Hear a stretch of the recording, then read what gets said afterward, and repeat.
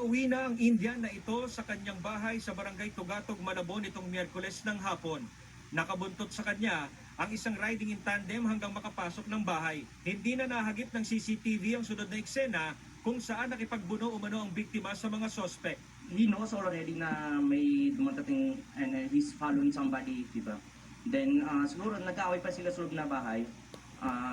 Kaya hinabol niya papalabas, sir. Siguro alam niya wala silang gamit or barrel anything. That's why he decide to, kasi dalawa malaki siya. That's why maybe he try to makalaban siya sa kanila. Akmang hahampasin ng helmet ng biktima ang mga sospek nang barilinsa ng isa sa mga ito at tinamaan sa kanyang kaliwang braso. Pero tumakbo sila palayo ng patuloy na habulin ng Indian. Nang bumalik sa bahay ang biktima, muling kinuha ng mga sospek ang kanilang motorsiklo. Nalaglag pa ang kanilang baril. At nang hindi mapatakbo ang motorsiklo, tinulak na lang nila ito at inabandona kalaunan.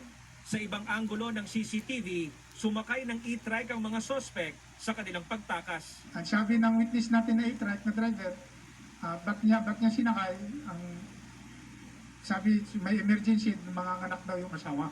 Ayon sa NCRPO, modus umano ng mga sospek na mambiktima ng mga negosyanteng Indian. Nakakita po sila ng Bombay ay sinusundan po nila ito. Kariwang nangyayari ay tinatambangan po minsan sa gilid ng kalsada.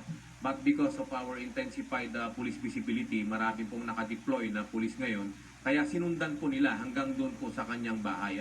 Sa follow-up operation ng Northern Police District, natunton at magkasunod na naaresto ang mga sospek sa barangay Maysilo. Na-recover ang motorsiklo na napag-alamang nakarehistro sa asawa ng isa sa mga sospek.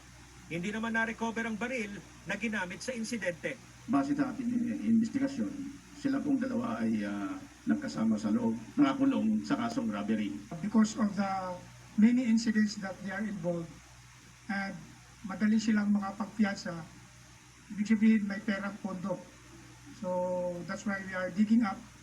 Baka meron talagang nag-finance sa mga ito. Dahil robbery, ang piyansa niyan, more or less nasa 50,000 pataas.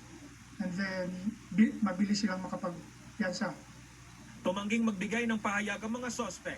Maharap sila sa kasong frustrated murder at attempted robbery. Patuloy namang nagpapagaling sa ospital ang biktimang Indian. Jeff Caparal.